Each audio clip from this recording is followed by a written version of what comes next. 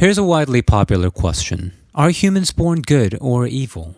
I won't be sharing my answers since it's a whole nother discussion of what exactly is good and evil. But it's a great question to start with. Here's a story. A plane crashes onto a deserted island. Luckily, a group of schoolboys survived the crash. There are no adults around to tell them what to do.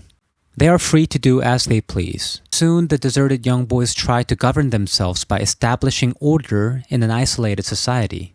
But as it turns out, it doesn't work out too perfectly. This is the story of Lord of the Flies by William Golding. The book portrays the dark side of humanity and the savagery underlying our intrinsic nature. What's fascinating is that while Lord of the Flies is a fictional novel that makes us ponder the possibility of our evil nature, South Korean society is living proof. A good example is bullying in schools. Typically in American schools, school bullying normally involves a big, muscular sports jack picking on a nerd. You can think about things that Peter Parker goes through in the original Spider-Man movie. However, bullying is a little bit different in Korea. Bullying exists as a culture. Bullying in Asian schools are a bit different from what we normally see in Western schools. Instead of the big bad bully who picks on a nerd from time to time, Korean school bullies are more organized than personal. Not only does the bully and his friends pick on one student, but everyone else joins in on bullying that one person. And the degree to which the bullies torture their victims is shocking, as most bullies are more than just typical bullies you see in American films.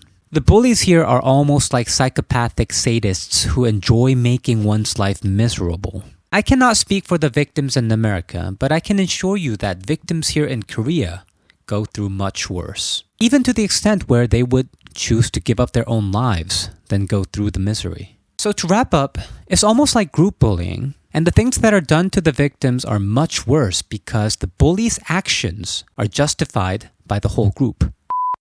Okay then, why is bullying so different between two cultures? According to one Japanese author, the biggest reason is the lack of freedom and personal space. Unlike the West, in Korean classes, you stay in a single classroom with the same students every year. Different teachers go in and out of the classroom while the students sit tight in their seats. That means you study science, you study history, math, and PE with the same classmates throughout the whole year. You even eat lunch with your class in your classroom. And if the school offers a cafeteria, the students sit together with their classmates. You spend time with the same people in the same space for a whole day, for the whole year. So, Korean classrooms are like deserted islands. And you already know what happened on the deserted island in Lord of the Flies, where a group of young boys were stuck with each other without choice. In Korean schools, kids in isolated classrooms create their own rules apart from the rules of society. They do so because it is an innate human nature to establish order. Once order is established within the classroom, individual students are forced to comply with the rules set by the strongest kid because what else can they do? They cannot avoid their classmates, and they don't have any other friends or groups to hang out with. In no time, the rule becomes manifesto. The perfect order is established. The rules of outside society do not affect the manifesto because they are completely different worlds. Those who can't or refuse to follow the manifesto are justified for bullying. Hence, the whole group becomes the bully. And we should know that to the students, school is their only society, where it is more important than the outside world where grown-ups go to work and make money. Now, where else can we see a similar environment? Prison can be one example, and military can be another example that lacks freedom of choice.